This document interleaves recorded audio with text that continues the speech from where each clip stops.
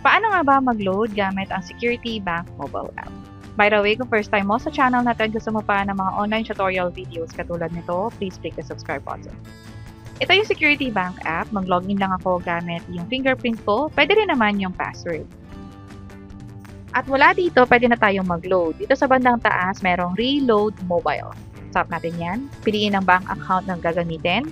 For this, i-access yung contacts. Sa akin, i-deny ko na lang kasi hindi naman kailangan i-access talaga yung contacts. Instead, pwede mo ilagay dito yung cellphone number. Next, select telco tayo. Globe or Smart, sa akin Globe. And then, pwede kong i-save yung recipient na to para just in case na gusto ko ulit loadan to next time, pwede, mas madali, hindi na kailangan i-enter yung cellphone number ulit. Pero sa akin, hindi ko na lang siya i-save. Instead, select load amount na ako. At sa ngayon, regular load yung nakikita ko dito. Hindi ko alam kung magkakaroon ng promo next time, pero regular load muna tayo. And then, tap ko lang yung submit. I-double check kung tama lahat ng info, and then reload na tayo. Tap ko tong reload. I-approve ko to gamit yung fingerprint ko. Pwede rin naman yung PIN na sinetap nyo during account registration dito sa Security Bank.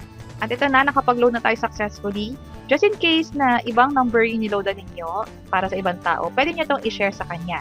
Pwede ipadala via Messenger, Viber, or iba pa. Para sa akin, close ko to. And shortly, naka-receive tayo ng text mula sa Security Bank about this transaction. Next naman ay sa Globe, naka-receive din ako ng text. Ito na nga, pumasok na nga yung 10 pesos na niload natin galing sa Security Bank.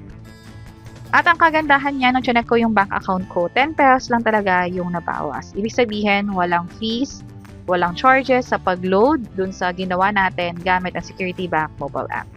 And that's it. Sana nakatulong tong video na to. Kung oo, pakiclick ang like button at para sa iba't ibang mga tutorial videos, pwede nyo i-check ito nasa baba. Sana makatulong and see you sa mga next videos. Bye-bye!